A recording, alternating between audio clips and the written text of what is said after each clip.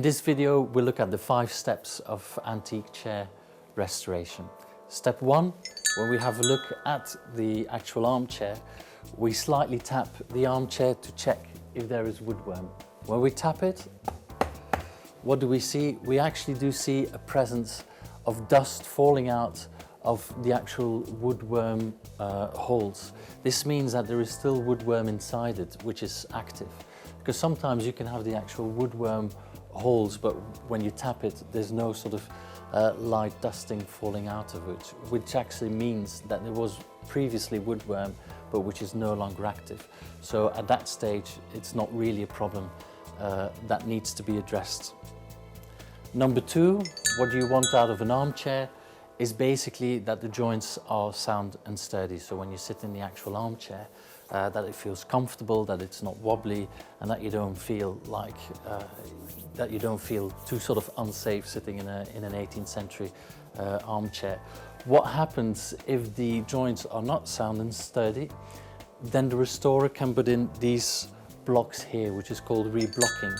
This actually holds the seat rails nice and tight and nice and firmly together, so giving it again, the armchair, an overall sense of strength, solidity and sturdiness. Step 3, to further ensure that the armchair is sturdy and solid, we basically have a look at the actual joints of the armchair.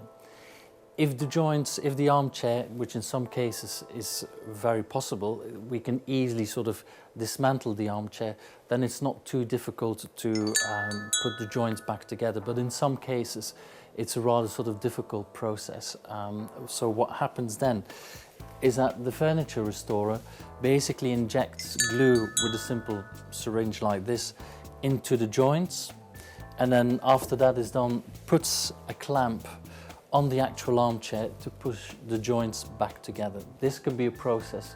This can be easily an overnight process or of a day. So it's quite a straightforward process in one sense. In one of the other videos, we'll have a look at further detail of about how the actual glue is made, because it's a very important ingredient and constituent in furniture restoration. Step 4, we have a look at closer detail to the actual seat rails. What you see here is that the seat rail, also with the woodworm, has become quite delicate and quite soft. And if you want to reupholster this armchair, it's probably quite difficult to do, because if you hammer further nails in it, there won't be that much hold to the nails. So as you can see here, and I'll slightly turn the armchair, is that they've actually added a little bit of wood there to give this whole seat rail a bit more firmness again, and to give it more hold of when it comes to the process of upholstering the armchair. And in step 5, we have a closer look at the actual sculpted areas themselves, because of course chairs do get sort of put from left, right to center, so the actual sculpture can be damaged along the process. A few things one can do. One can actually slightly re-sculpt the details, which is of course not a recommended way forward. But one of the other possibilities is that some very small areas of infill are actually applied to the actual decoration to bring back the full splendor and glory of the actual armchair.